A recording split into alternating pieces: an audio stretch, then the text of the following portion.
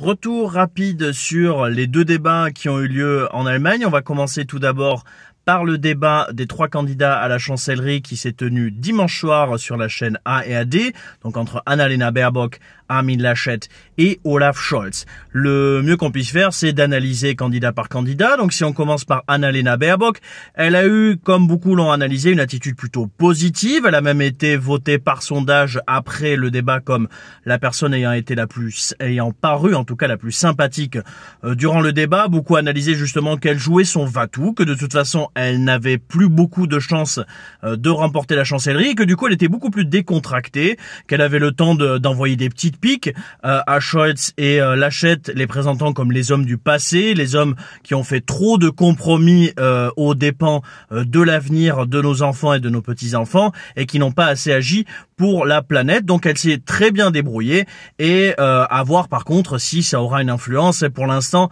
la plupart des politologues sont d'accord que les débats n'ont pas eu une énorme influence non plus sur les sondages, à voir ce que ça donnera le 26 septembre. Pour Armin Laschet, c'était vraiment la dernière chance de pouvoir stopper la descente dans les sondages. Donc il a été très rapidement et dès le début très offensif, même à la limite de l'agressivité vis-à-vis de Olaf Scholz, puisque c'est lui qui est à l'heure actuelle largement en tête dans les sondages.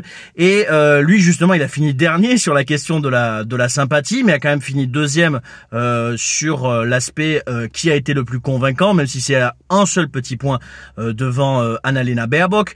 Et il avait vraiment comme espoir de pouvoir justement convaincre les Allemands que la CDU était un parti qui jusqu'à maintenant avait dirigé l'Allemagne et que c'est seulement avec la CDU qu'il y avoir une certaine stabilité.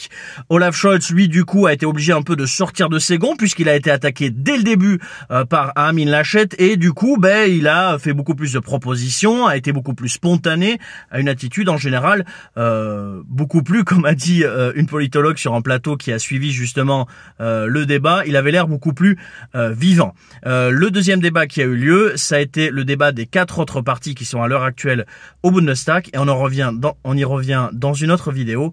Bis gleich.